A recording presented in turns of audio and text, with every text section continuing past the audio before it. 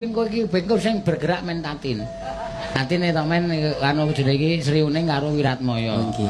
Ha sepuh la ajeng kula gandrunge sepuh mriku ya, Pak. Apa? Sepuh Mbak Tatin ya, Pak. Ora apa-apa.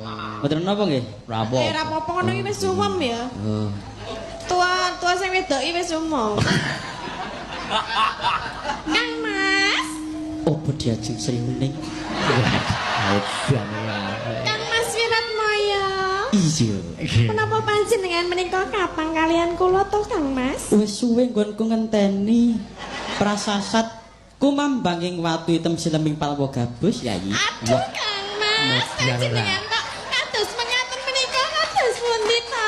Kula dadi rasane kok kayane dadaku kok mak ser-ser ngono lho. Padha. Kok Kang Mas madhepe mriki? Nek aku cara Wiratmaya Sri Uning muni-muni ngono aku dadamu sik endi?